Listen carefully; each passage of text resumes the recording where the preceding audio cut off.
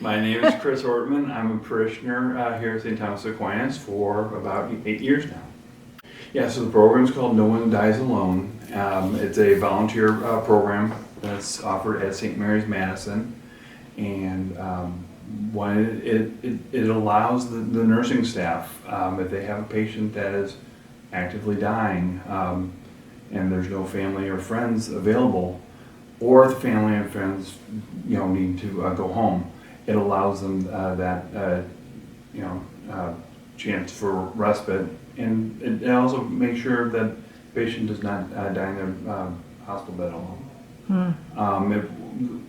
When I had heard about it, it was at a corporate meeting, when they were giving out awards for different programs that were innovative programs across SSM system. And it really struck me that it was a new program that they put out there, and I'd never really done any volunteerism or anything, and so I was inspired by what they were doing and intrigued too, challenged. Is this something that I could do? It was a meeting down in St. Louis. I came home from that meeting. I told Liz, I think I'm going to try to volunteer for this, and her point was, I could never do that, and I said, I don't know if I can either. And so I tried it out, and yes, it's not easy, but I find it very rewarding. And personally, that's where not selfishly, but there are things that I'm getting from it, and it really has gotten me closer to how I pray. I mean, you talk about being present with somebody when they're probably closest to God. That's one of those moments, and from my perspective, what an honor for me to be there in that moment for a patient.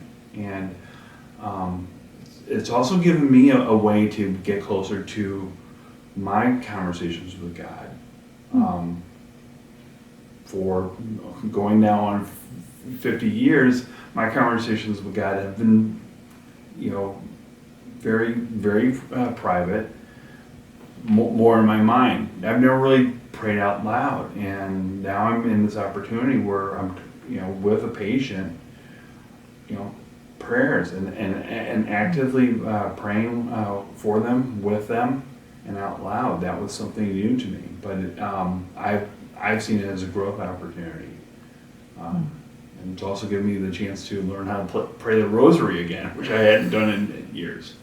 So, and a lot of the times just reflective time as well, because a lot of the times, the patient's, in a bed, maybe not fully conscious. So it's being there with them, holding their hand, but reading the Gospels and reading the Bible. It's just amazing. You hear about Psalms, and you've never really had the opportunity, at least I've never had the opportunity, to just sit there and read the Bible, and it's given me that opportunity to do that. So in many ways, I'm getting a lot out of this program myself. I would say, just in terms of reflection and presence, is really, it doesn't take much. Just maybe a pause in the day, just to reflect on things, and it doesn't have to be out loud, but do take some time every day to reflect, and it's actually going to be, it will turn into a prayer.